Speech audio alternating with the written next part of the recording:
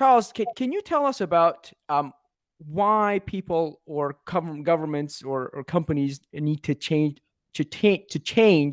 and switch to open blockchain rather than creating something on their own sort of closed systems? Right. And what are you offering technologically, economically, and politically for them?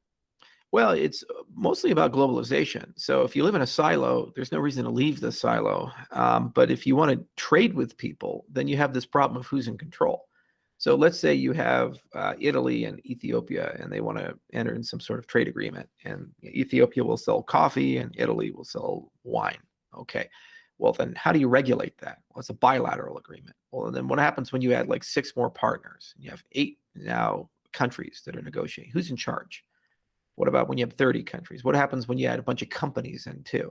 And what happens when those companies start violating some standard and the host country says, like, for example, China with intellectual property, no, no, no, no, there's no violation. We're not going to hold anything against those companies. And then the other partners are saying, no, they're stealing intellectual property. Like when Microsoft went to China in the early 2000s and they shared the source code of Windows XP, China said, yeah, we're not going to buy that. And then suddenly all the computers in the government started looking a lot like Windows XP, but it was reskinned. And then Microsoft's like, wait a minute, what just happened here? So who holds these people accountable? So when you're a sovereign country, especially smaller to mid-sized countries that don't have giant militaries and nuclear weapons, it's really hard to be treated fairly when you're dealing with other counterparties.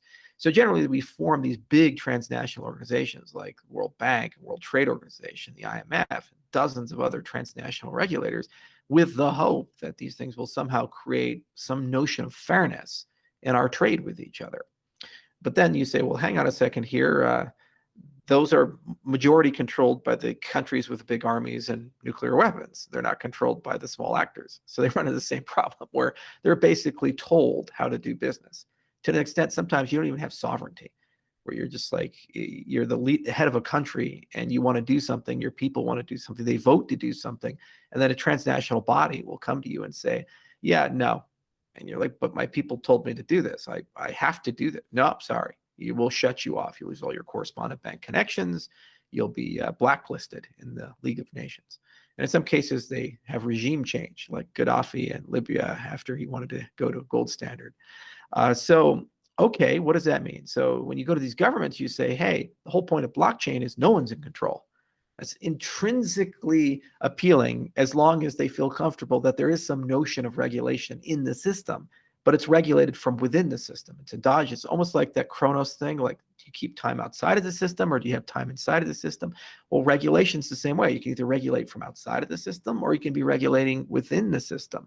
And they say, oh, if it's regulating within the system, it's fair because we all know the terms and conditions up front. We all know how change occurs up front. We all know who's in control up front.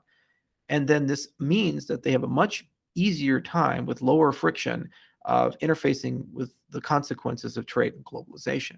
Now, for their people, it's a huge windfall because taking care of people in a modern economy is super expensive. Just look at our social budget that we have in the United States or other places, trillions of dollars. And all these services the government has to provide, they have to give you a passport, driver's license, all this stuff. These are all loss leaders. They're not profitable endeavors for governments to participate in, especially when your people can't pay you for them. So you go to Ethiopia, so you have 107 million people, and those people want a modern standard of living. How are those people going to get birth certificates and IDs and get online and all this other infrastructure for a modern society if you can't charge enough in taxes or fees to be able for the government to provide these services? You come with a blockchain, you say, well, actually, there's a way to do this. And by the way, when they do it here, they're intrinsically globalized. So It's not just about issuing a document. You don't actually have to build facilities to make that document interoperable with your neighbors in Nigeria and Kenya and these other places. No. It's already there. And if they want to plug into it, it's on an open interface. And they can use this to do global business right off the bat, which means more direct foreign investment into your country, more trade, more money for your people. They rise up.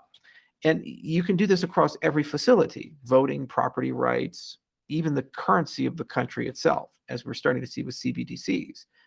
So it's a very attractive conversation when you have power asymmetries, when you go from large countries down to mid to small countries, because they're already feeling the pressure and the unfairness in the world order.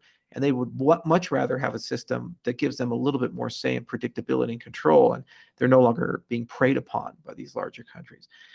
For larger countries, you don't talk to the government, you talk to the people who own the government, the big corporations.